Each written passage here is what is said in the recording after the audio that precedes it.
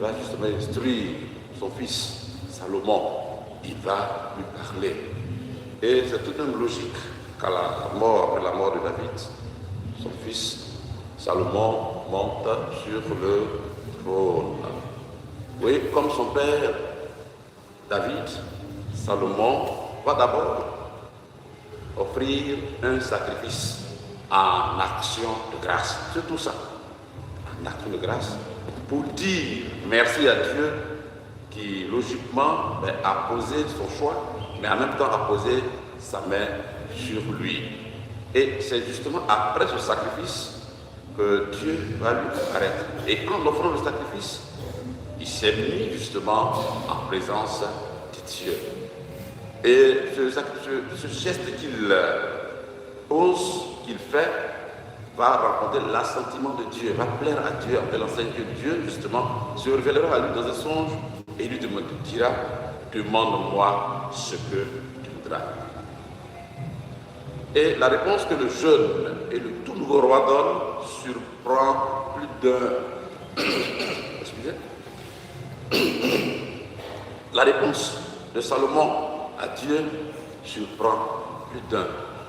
Il n'a pas été habité tout de suite par la folie des grandeurs pour dire, faites de moi un roi comme ça, je veux ceci, je veux être riche, je veux de l'argent, je veux que tu écrases devant moi les ennemis. Mais qu'est-ce qu'il demande? Un cœur qui écoute, un cœur attentif. Pourquoi? Dans la mentalité des Juifs, le cœur, c'est justement le lieu d'où partent toutes sortes de décisions que l'homme prend, voyez. Et il va dire, donne-moi un cœur fin, un cœur qui est intelligent, un cœur qui me permettra de comprendre que si j'ai été choisi roi, ce n'est pas à cause de mes mérites, ce n'est pas à cause peut-être de ma beauté physique, ce n'est pas non plus à cause des actes méritoires déjà que j'aurais posés, mais donne-moi un cœur qui va me permettre de discerner le bien du mal. Et déjà on voit que sa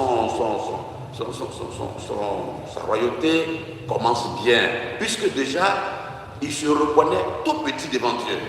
Je suis un jeune homme. Voilà, regardez un peu les paroles qu'il prononce, frères et sœurs. De quoi sont faites nos prières? De quoi sont faites souvent nos demandes? Quand nous nous adressons à Dieu, qu'est-ce que nous lui demandons? Est-ce que nous demandons des choses essentielles, utiles, ou bien nous demandons des choses, je dirais, de la pacotille, des choses comme ça, passagères, mais éphémères? Et ça, véritablement, ça doit interpeller chacun de nous. Cette démarche de Salomon doit nous interpeller. Et ce qu'il a posé comme acte, nous-mêmes, nous devons faire l'effort d'appliquer cela à notre vie de chrétien. En tant que père de famille, qu'est-ce que je dois faire pour que la maison soit dans la maison, tout aille pour le mieux?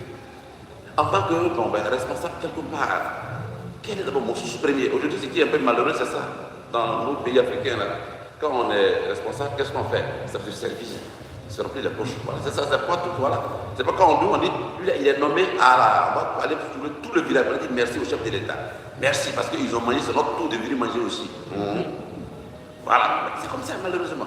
Et même dans notre église, ça ne manque pas aussi. Hein. Il y a des gens qui sont assis là. Depuis 7 ans et 7 ans, là, ils sont là. Il faut bouger. Tu attends quoi là, tu es collé là. Qu'est-ce qu'il t'a attrapé même? Il est là, il est assis là, frères et sœurs. Voyez, il faut tout faire avec l'intelligence, pas l'intelligence humaine. Il faut tout demander que le Seigneur puisse nous inspirer dans les actes que nous sommes appelés vraiment à poser. C'est très important, frères et sœurs. C'est vraiment très, très important. Tant que l'homme restera toujours en contact permanent avec le Seigneur, tous ces actes seront toujours bénis. Tous ces actes seront toujours bénis. Tant que l'homme ne fera pas l'effort d'aller en dehors du regard de Dieu, voyez, mais sa vie sera toujours une vie remplie, une vie, je dirais, parfumée qui va attirer, une vie parfumée qui va justement contaminer les autres. Et c'est à ça que le Seigneur, frères et sœurs, nous appelle. Là où nous sommes tous des pères de famille, nous sommes tous des responsables. Mais nous ne sommes pas n'importe quel responsable. C'est pourquoi même au cœur même de cette vitesse à laquelle notre monde évolue, nous devons savoir raison garder. Nous devons comprendre que Nous avons une identité. On doit comprendre qu'on a un rôle à jouer.